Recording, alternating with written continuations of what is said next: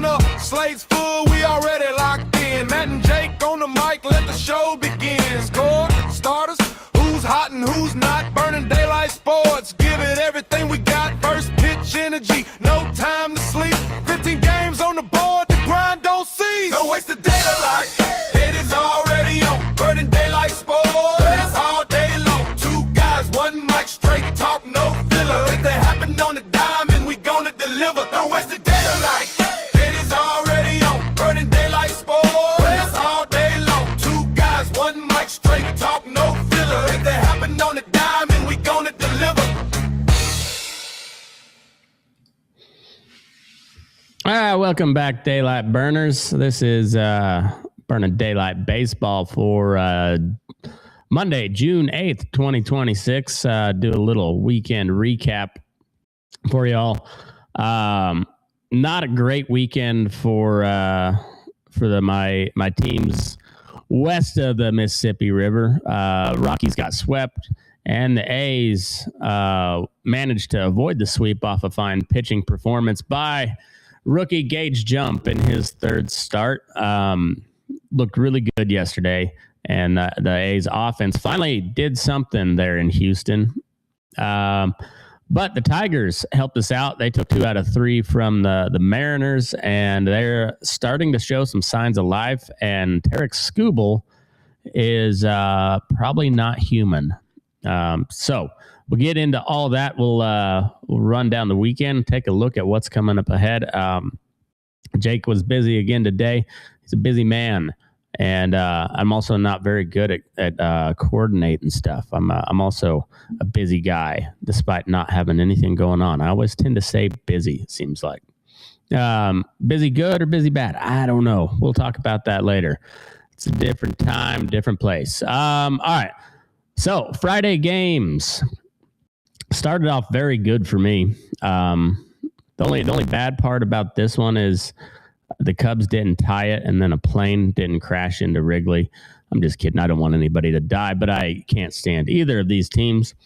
But the Giants absolutely waylaid the Cubs, 18-3, 7 home runs by the Giants in that game. This is like one of the worst offensive teams in the league.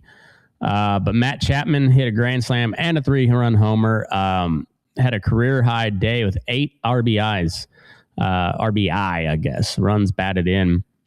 Willie Damas and Casey Schmidt also hit 2 homers apiece, and Robbie Ray went 5 shutout and had nothing to worry about with all with all those runs scored behind him.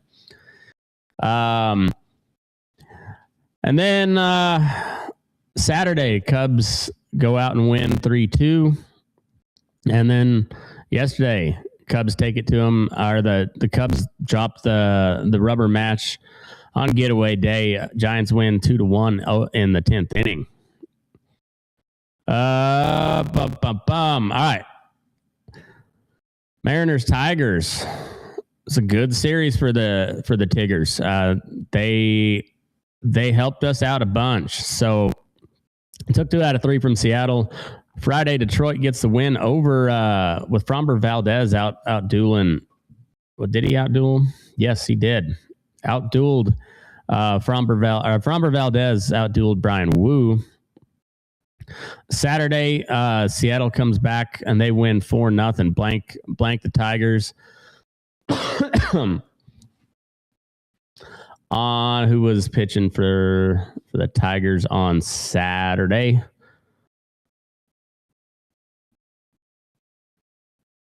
Where the hell? There we go. Bryce Miller.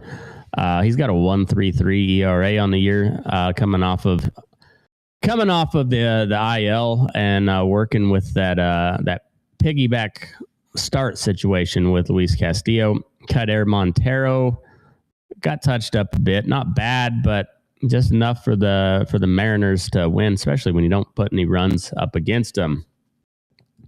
And then on Sunday, Tigers win in dramatic fashion. Kevin McGonigle becomes the hero. Tigers win in a walk-off 5-4. McGonigle hits a solo shot, and then in the bottom of the ninth, hits a 2-out, 2-run walk-off single off of Andres Munoz. Munoz walked a guy for the first time since the beginning of May. And Wencel Perez had a 2-run triple to start the comeback from a 4-1 deficit. And happy times in the Motor City there. Jack Flaherty went five innings on Sunday, gave up 3, struck out 7, and Luis Castillo pitched well enough for Seattle, but the Mariners let the game get away from them late. It was a big win for the Tigers. It was a big win for the A's as well, trying to stay in the middle of the American League West Division. White Sox at the Phillies. This was a good series. Philly takes the series 2-1. Friday though, it was Phillies. Bolin gets the win. Johan Duran gets the save. Let me see who actually started that game.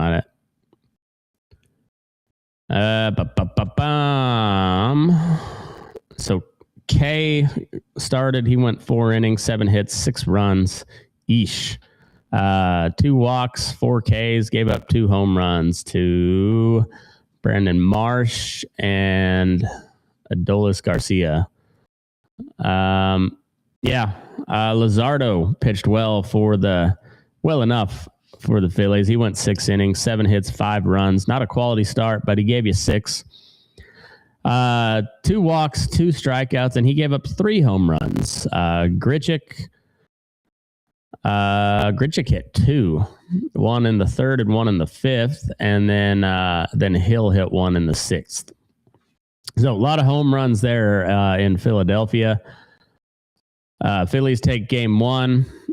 Saturday, the White Sox fire back. They take game 2 6-3. Andrew Painter continues to just kind of get lit up. It seems like that was Saturday. And here we go. Yeah.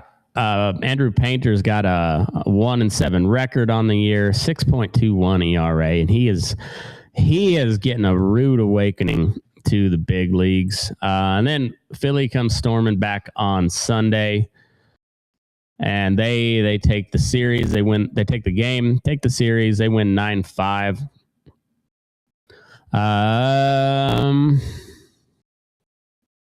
Let's see. Brandon Marsh homered in his 3rd straight game. Marchand also added a 2-run homer, and Alec Boehm had 2 hits and 2 RBI on Sunday. And now the Phillies have won 9 of their last 12. They are going to be tough to knock out of that wild card spot. Still, I don't think there's a chance in hell they catch the Braves. So the White Sox are still pretty dangerous, and they're probably going to be in the wild card chase pretty much all year. I don't know if they can catch Cleveland, but Cleveland, we'll talk about them here in a little bit. Red Sox at the Yankees. Saturday's game was postponed, so Friday, Red Sox win 5-3. Yankees come back on Sunday, win 6-1. Is that? I'm going to make sure that's correct. Saturday.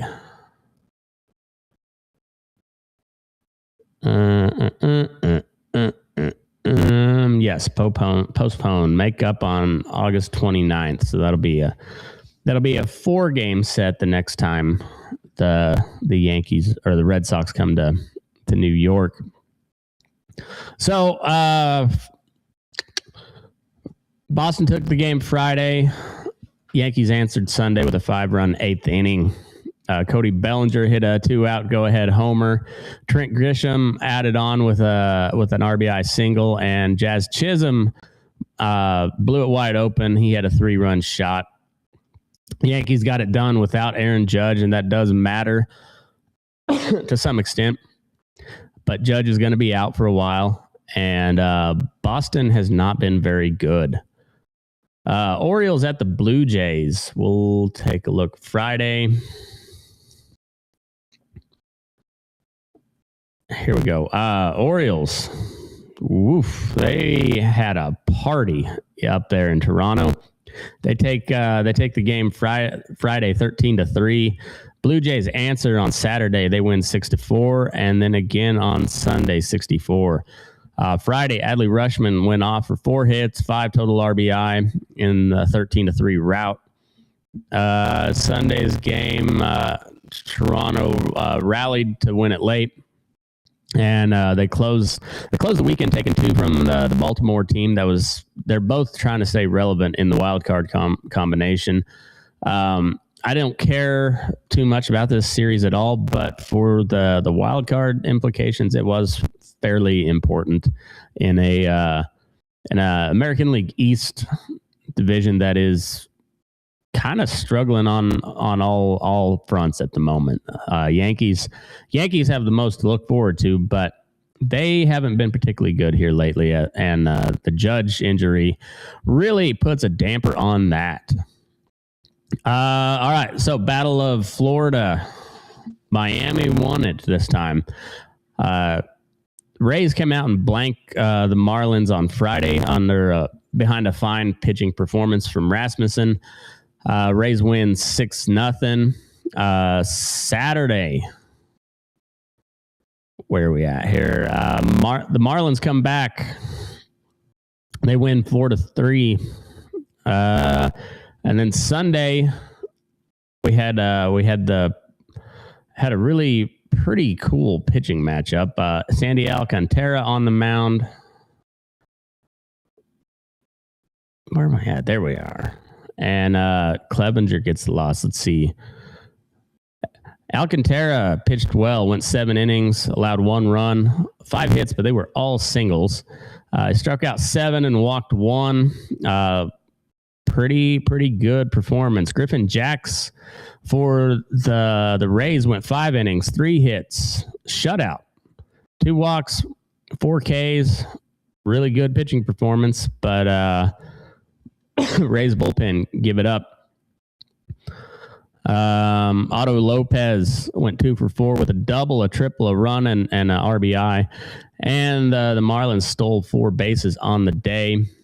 Tampa is struggling right now.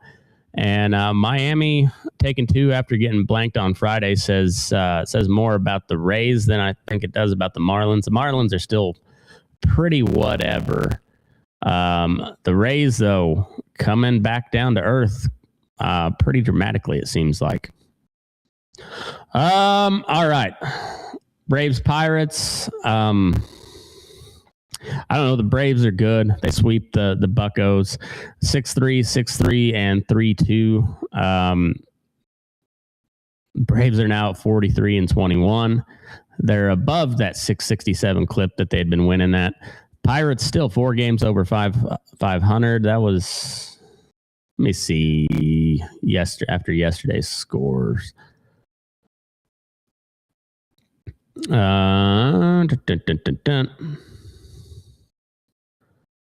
Pirates, Braves. There we are. 3-2. Yeah, so now Braves at 45-21. Pirates still 2 games over 500.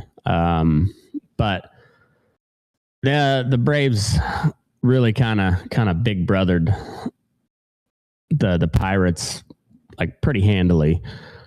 And it was a pretty statement series in the National League. Pirates came in trying to prove that they were right in the thick of things, especially in that very crowded National League Central. But the Braves are a wagon. Been saying it all year, and they don't show any signs of slowing down. I don't have any interesting tidbits on that. It just Braves are pretty damn good. I'll talk about my A's here in just a second. I'm going to skip over that series. We'll come back to that last.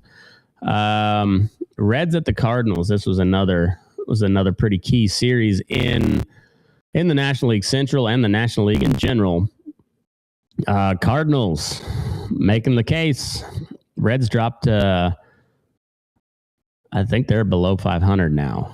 We'll check on that. But Cardinals win Friday 10-3, Saturday 6-5, and go ahead and sweep the Reds at home.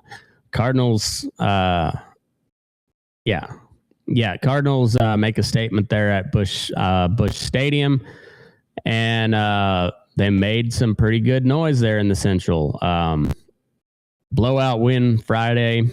And close games on Saturday and Sunday, but Saturday was pretty dramatic. Lars Nootbaar, first homer of the season, helps lift the Redbirds over, and then able to complete the sweep. NL Central still is the division to watch. Cardinals really putting a damper on the Reds season. And then over in Arlington, Rangers taking care of business against Cleveland. Rangers take the series 2-1. They win Friday and Sunday. Guardians avoid the sweep on Saturday. They blank the Rangers 6-0. Friday was a close game. Rangers win 3-2, and then absolute slobber knocker on Sunday. Rangers pour it on 10-0, and they take the series and close the gap a little bit between the Mariners and themselves. We'll get into the division standings here in a minute, but Royals at the Twins, kind of a whatever series, kind of a typical little American League Central series. Royals trying to get something going, show a little bit of signs of life against the Twins. They take the series 2-1. They lose the opener on Friday. Twins take that 5-3. Royals spoil a Twins start by Joe Ryan on Saturday. They win 3-2. And then yesterday they win 6-5 to complete the series win. On Sunday, Starling Marte hit his first homer of the season, a 3-run shot that went 441 feet in a 4-run fifth inning. Noah Cameron gave the Royals 6 innings, allowed 1 run unearned, struck out 7, and Josh Bell made it a little interesting with a 3-run homer in the 9th. But Lucas Erceg able to squeak out the save, and the Royals take the series feeling okay about themselves. Brewers at the Rockies. Talk about getting big brothered. Brewers came in and took care of business. I think Friday the Rockies were up late. Senzatella, who I've been kind of bragging on a little bit this year, blows a late lead, and the Brewers win at 9-7 in extra innings. Saturday, not particularly close. Brewers win 7-1. Let me pull up that game. Misiorowski absolutely domed Tyler Freeman with a 98.2 mile an hour cutter right to the face. Hit his helmet. Thank God he seems to be okay. But Misiorowski keeps dealing. Brewers win that one 7-1. Final line on the Miz, 7 innings, 4 hits, 1 run. It was an unearned run. 3 walks and 8 Ks. And then, of course, the hit by pitch for Tyler Freeman. Agnos got the start for the Rockies. He went 3 innings, 2 hits, 2 runs, 3 walks, 1 K. Gave up 2 home runs. He also got sent back down to Albuquerque. And the Rockies, well, they continue to Rockies. Brewers win in big fashion yesterday. They complete the sweep 12-4. Let's see. On Sunday, Brewers had 10 extra base hits. Gary Sanchez homered for the first time since April 14th during a 7-run 6th inning. Rookie Shane Drohan was pretty efficient. Went into the 6th inning yesterday. It's what a good ball club does. They beat up on crappy ball clubs. Speaking of crappy ball clubs, the Mets doing some business against the Padres. Padres have been kind of spinning their tires here lately. Mets take the series 2-1. They win the Friday opener 5-0. That was in San Diego. Padres come back on Saturday. They win 3-2. And then the Mets take the rubber match 7-3. And Padres, they need some help. Shutout on Friday. They answered on Saturday, and they squeak out a close one. And yeah, Sunday they just got outslugged by the Mets. And the Padres needed a get right weekend. Mets are kind of a tough team to do it against. Their record is not good. They have not been good, but there's still a lot of pop in that lineup. And Padres still trying to find some sort of momentum. All right, Nationals Diamondbacks. Diamondbacks had been really, really kind of cruising, and lately they've been getting bruised up a little bit. Nationals take this series 2-1. Friday night, the Nationals really opened up 14-1, just hammered at home. Saturday, they continue. They win 6-1. D-backs finally able to get something going yesterday. They avoid the sweep, and they take the rubber match. Not really the rubber match. They avoid the sweep, and they take the Sunday game 5-1. Let's see. Luis Garcia Jr. hit 2 home runs and drove in 6 on the absolute slobber knocker on Friday. Saturday, it was Curtis Mead and Dylan Cruz who homered. Zach Littell won his 5th straight start. 5 innings, 1 run, 2 hit ball. And Nationals are a feisty little team. The D-backs able to kind of slow the bleeding to a trickle, but they're pretty banged up right now. I don't know, not necessarily injury wise, but just as a team, they are just kind of not doing so great. Battle of LA, Dodgers and the Angels. Dodgers take the series 2-1. Angels able to avoid the sweep yesterday by really laying it on. Dodgers opened with a 1-0 walk-off win on a Freddie Freeman's 9th inning walk-off home run. Roki Sasaki strikes out a career high 10. Saturday, the Dodgers rolled 9-2, and then things went sideways pretty quick on Sunday. Emmett Sheehan failed to get through the 2nd inning. I had him on my spin ball roster. Thanks, Emmett Sheehan. And Dodgers got forced into a bullpen game that they didn't see coming. Sebastian Rivera went 5 for 5 with 6 RBI on Sunday. Joe Adell had 4 hits, including a homer.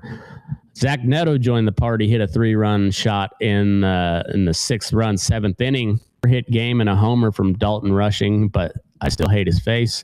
And it wasn't enough, and Angels able to avoid complete embarrassment there, and they avoid the sweep with a pretty solid performance on Sunday. Speaking of avoiding sweeps, A's go down to Houston, and not a great series for them. Jack Perkins gets the start he's been in the bullpen all the year. This is his first start of the year. He gives up a 3-run shot in the 1st inning to Yordan Alvarez. Turns out that guy's pretty good at hitting the baseball. Turns out. Perkins was okay outside of that 1 pitch. He gave up 2 unearned in I think that was the 3rd inning. Carlos Cortez misplayed a kind of in-between fly ball in right field. That led to 2 runs coming across. And, pretty rough day. The A's able to avoid the shutout. Brent Rooker hits a solo shot in the 6th. He's starting to come around, but his home runs are not very timely. They're just kind of. I'm glad to see it. I love to see the Rook. Gotta let Rook cook, but Yeah, I wish his home runs came in a little more meaningful spot. A's dropped the first two. Saturday, we won't talk so much about Saturday. Cade Morris gets his major league debut in rude fashion. What did he? He's got a 20.5 ERA, or 20.25 after one start. I think he didn't get out of the fourth. Cade Morris, he went 4 innings, 9 hits, 9 runs, all of them earned, 3 walks, 4 punch-outs, and he gave up 3 home runs. Lamont Wade Jr., Yordan Alvarez, and Jose Altuve joining the party. It was a hit parade for the Astros. 14 hits, no errors, and 13 runs. A's managed to get 2. That was that a home run? No. Geloff and Soderstrom able to put some runs on the board in the third. And, then it really got out of hand after. Cade Morris didn't do a whole lot, but Jose Suarez had been pitching pretty well up to that point. He'd been touched up once and then had been really pretty good. He went an inning, 4 hits, 4 runs. All of them earned, a walk and 2 strikeouts. Carlos Cortez came in to finish the game. He gave up a walk, no strikeouts, no runs. So Carlos Cortez, maybe not the best right fielder playing right now, but he does okay in relief. I think he's got 2 innings under his belt with no earned runs. Not much positive to say on the Saturday game. Sunday, different story. A's managed to avoid the sweep, and rookie Gage Jump makes his 3rd start of the year, and he shoved. He went 6 innings, 6 1/3. He had retired 11 straight before allowing some traffic in the 7th inning. Final line on him, 6 1/3, 3 hits, no runs, 3 walks, 3 punch outs, and held Alvarez to a pretty quiet day. Alvarez went 1 for 3 and a walk. Did not come across the plate, didn't drive in a run. So, like I said, Alvarez got his. He still got on base a couple times. Wasn't able to do any damage. 3-hit ball for the young fella in his 3rd start. I believe he is out of LSU. A kid can be good. He went after guys all day. He had his fastball work and his changeup working. Pretty efficient too. I think he threw like 95 pitches. 96 pitches, 63 of them for strikes. Sterner came in with some traffic on the bases, able to get out of it. Mark Leiter Jr. throws a shutout 8th, and then Hogan Harris comes in and shuts it down. A's win, headed into Vegas this week for a couple of series. Let's look at the standings. We had a few changes, some movement. The Rays and the Yankees statistically tied for the lead of the AL East, but headed in different directions. The Rays currently have a +7 run differential. They're 3 and 7 over their last 10. Yankees still with some pretty gaudy numbers. +96 on the run differential, 38 and 26, 37 and 25 for the Rays. And the Rays maybe helped out a little bit there with that game being postponed on Sunday. Blue Jays, Orioles, Red Sox all playing 500 ball over their last 10, all with a negative run differential. 32 and 34 for the Blue Jays, 31 and 35 for the Orioles, and 27 and 36 for the Red Sox. So the only real movement is the Yankees catching the Rays, looking to take the lead in the East here probably this week. In the Central, Cleveland struggling a little bit. White Sox drop a series, don't really gain any ground at all. Twins lose 2 out of 3 to the Royals. Royals trying to do something. They remain tied with the Tigers for the bottom of the AL Central. Guardians are 5-5 over their last 10. Chicago's still at 6-4. Still a dangerous team. They got the highest run differential in the Central at the moment at +8. One of 2 teams with a winning record.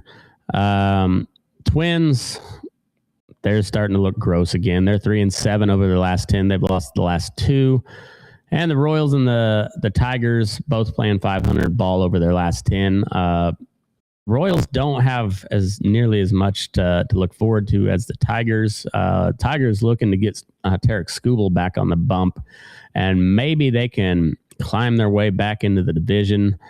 And going to have to make some hard decisions about that potential trade coming up. And I think it's more inevitable than it is potential at this point.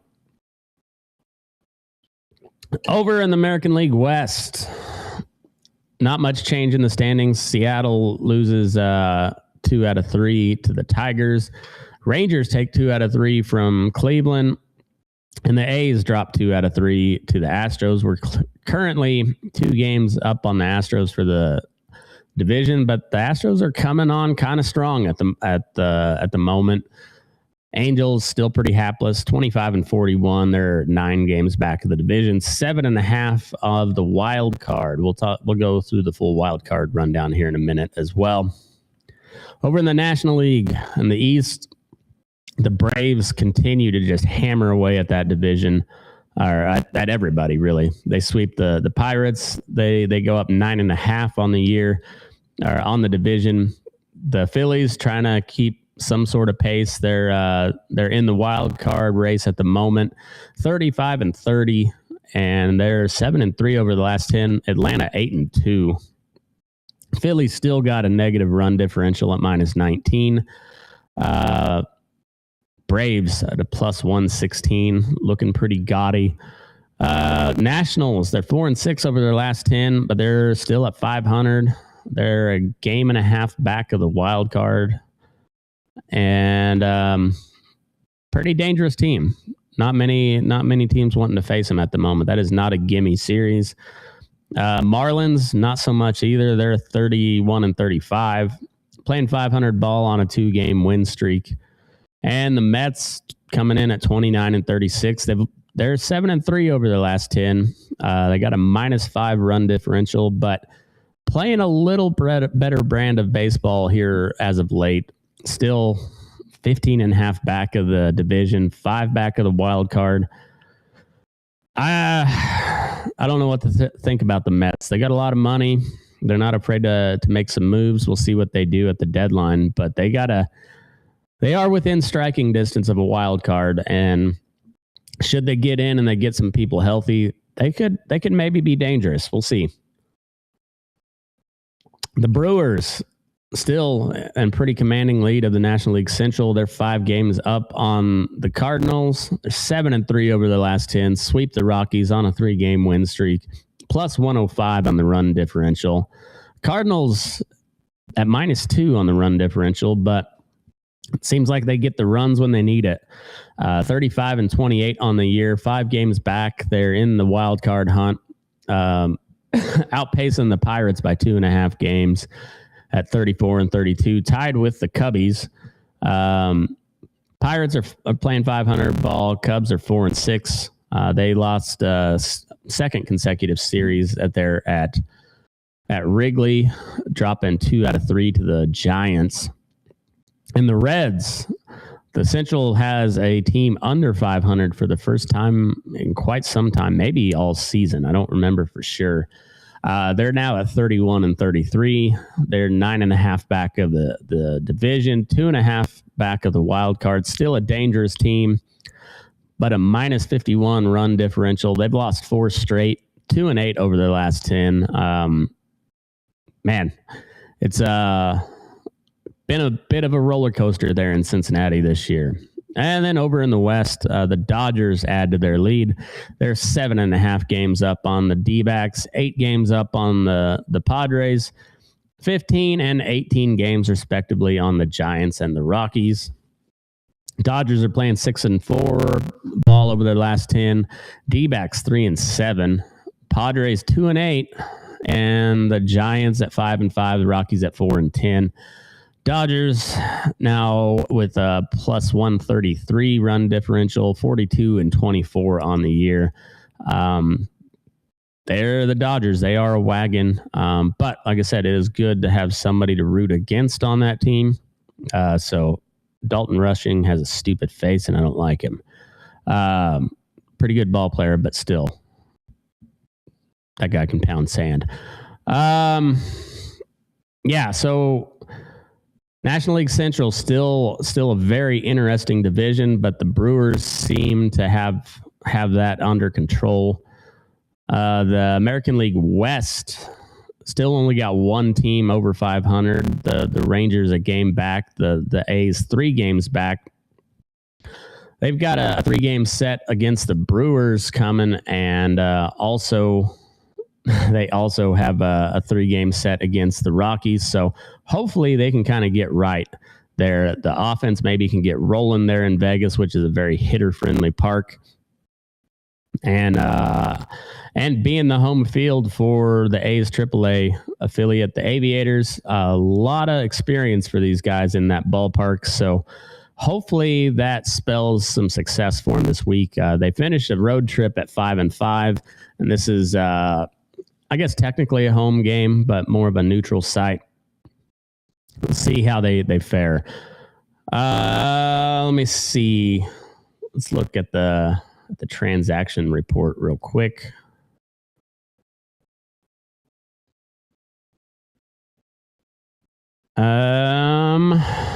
Take a look at yesterday. So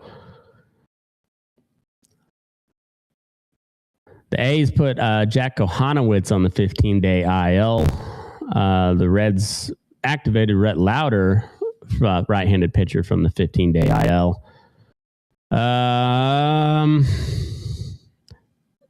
D-back signed left fielder Max Kepler. Cal Raleigh on a rehab assignment to Double-A.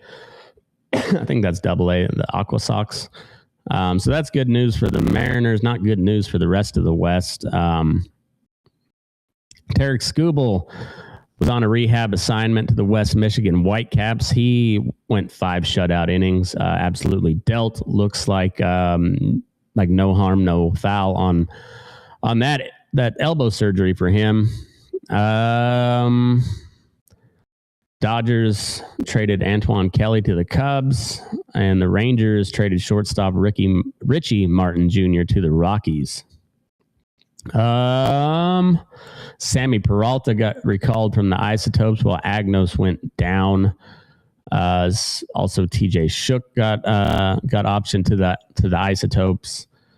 The Pirates optioned Justinson Garcia to the Indianapolis Indians. That's about it there. Let me see on the injury report.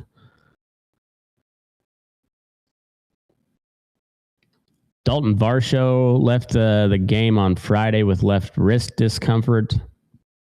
Kobe Mayo is day-to-day with low back discomfort for the Orioles. That's not good news. But Holiday did make a return, and Jordan Westberg undergoes Tommy John surgery. He'll be out for the rest of the season for the Orioles. Chandler Simpson's out with a lip injury. Wonder what that's all about. Oh, okay. Left fielder Chandler Simpson needed stitches to his lip. To his lower lip. I understand that. Hustling to advance to second on a wild pitch by Ty Madden in the 4th inning. Simpson slid headfirst towards the bag. His helmet came off, and he bounced off the base. And it bounced off the base and hit him in the face. All right, so he busted his own lip up. Oh, we got a replay there. Oof. Yeah, that's a fun one. All right, stitches to the lip. I know how that goes. I had to have that a couple times when I was younger. Austin Wells also goes on the IL for the Yankees. So they call up Sanchez. And, of course, Aaron Judge out for a little bit. Garrett Crochet got a very low-grade lat strain, and he hopes to resume throwing soon. Trevor Story's got like an 8 to 12 week recovery from surgery. Will it matter when he gets back? Probably not. I think they'll be too far out of it by then. Bobby Witt Jr. exit the game with a sore knee, but Royals are optimistic it isn't too serious. For the A's, Jacob Wilson is on a rehab stint, as well as Max Muncy. Max Muncy was crushing the ball down at AAA. Look for both of them to rejoin the team there in Vegas for this homestand, if you will. Corey Seager's back for the Rangers, and he gets a home run in his first game off the IL.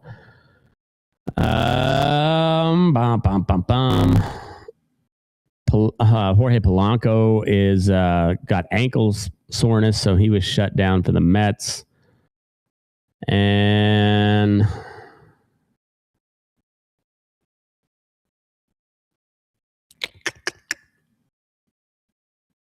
JT Realmuto was injured for the Phillies. And Jameson Taillon for the Cubs to the IL. That's just another blow to the Cubbies. They are definitely firmly in the June swoon watch for me. The A's, we'll see. We'll see how this series treats us. These two series treat us. Tyler Freeman appears to be okay after taking one to the dome. Thank God it wasn't 103 and it caught his helmet and not just right on his bean. Will Smith had a stiff neck and he was out of the lineup on Sunday for the Doyers. Laureano could miss the remainder of the season after hip surgery for the Padres. That's not good.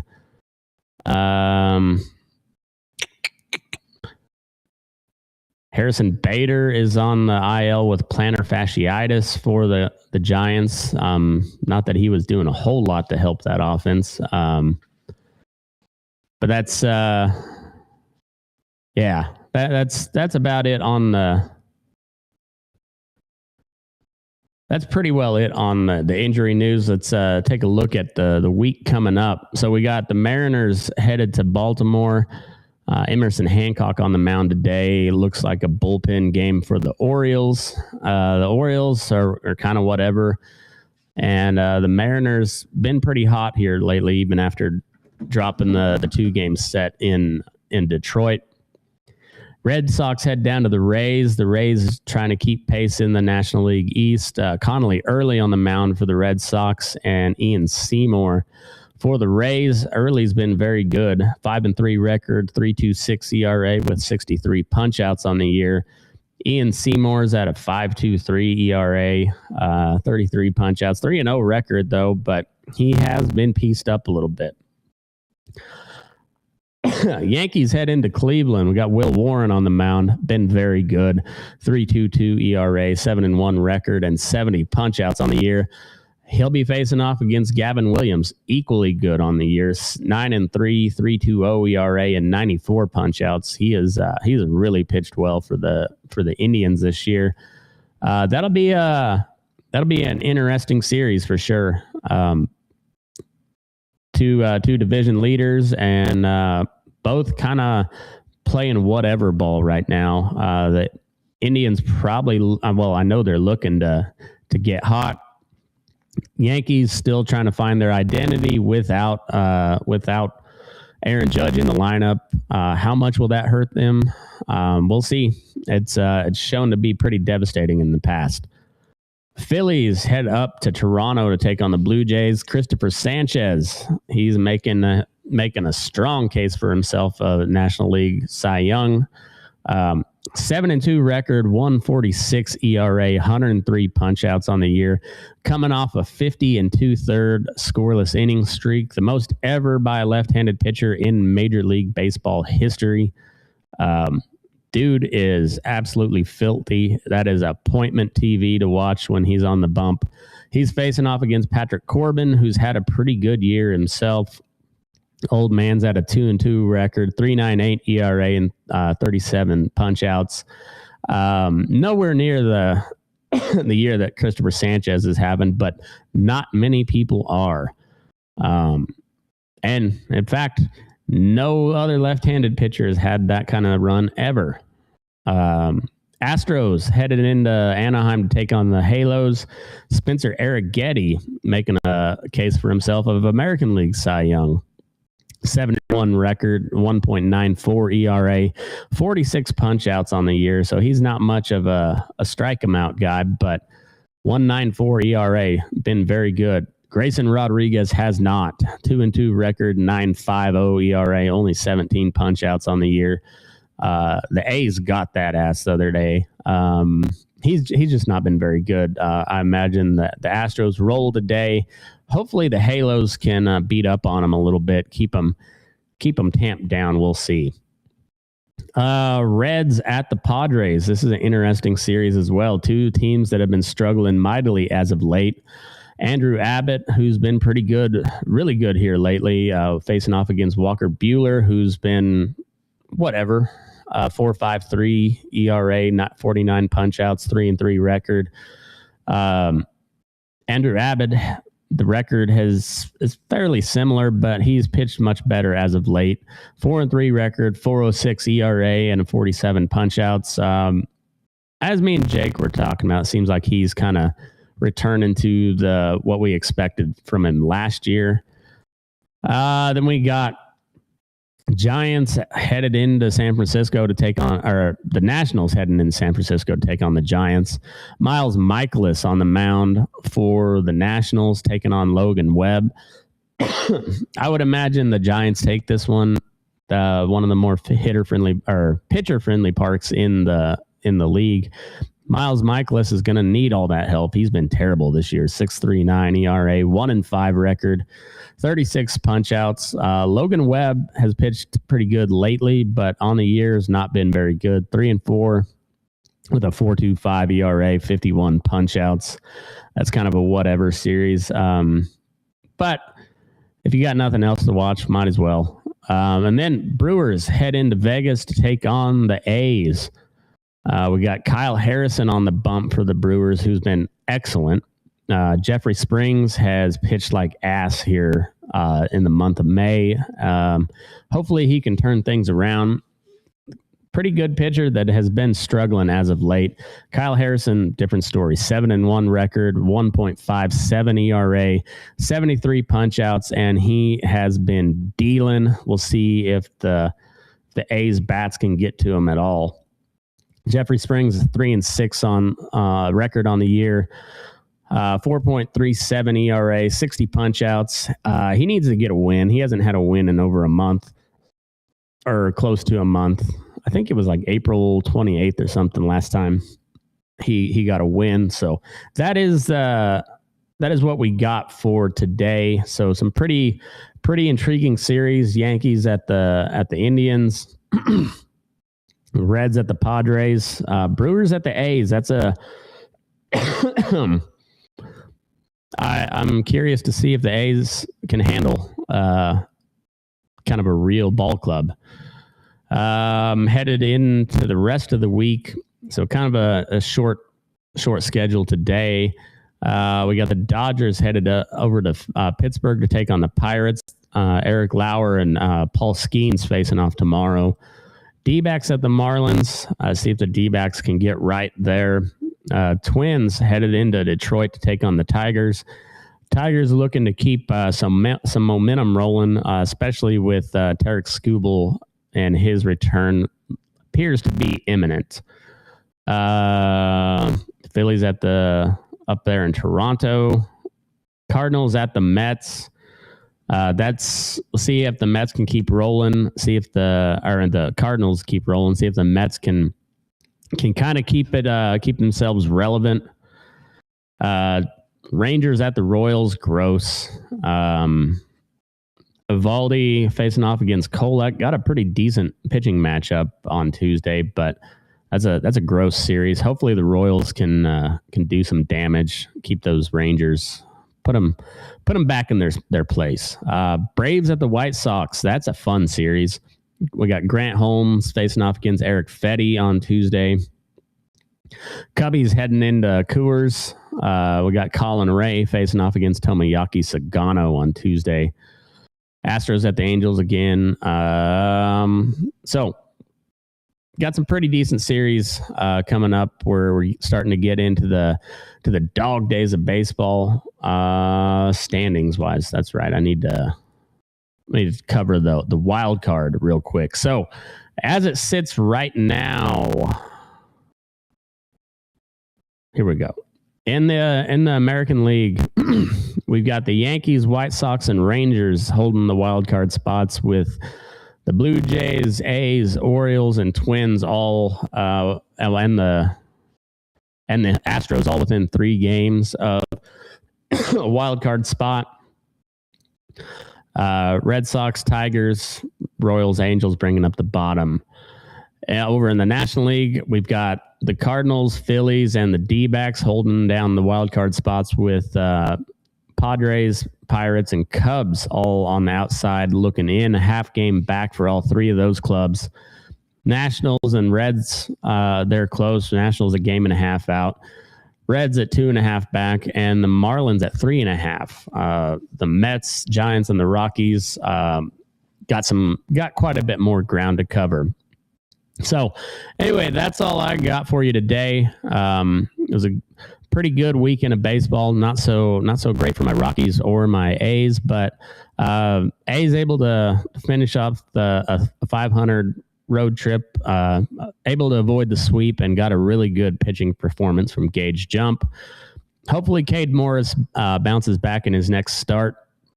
We're going to need him going down the stretch. Perkins as well. Pitching situation in Sacramento is kind of a hot mess right now, but we do have some bright spots here and there. So be looking at some trade talk coming up as the trade deadline is getting closer, but still a lot of baseball left to be played, and I hope you enjoy it all. So we'll be back tomorrow. This has been Burning Daylight Baseball. Now move your ass. We're burning daylight. Yeah. Oh, yeah. Sun up, slates full, we already locked in. Matt and Jake on the mic, let the show begin. Score, starters, who's hot and who's not. Burning Daylight Sports.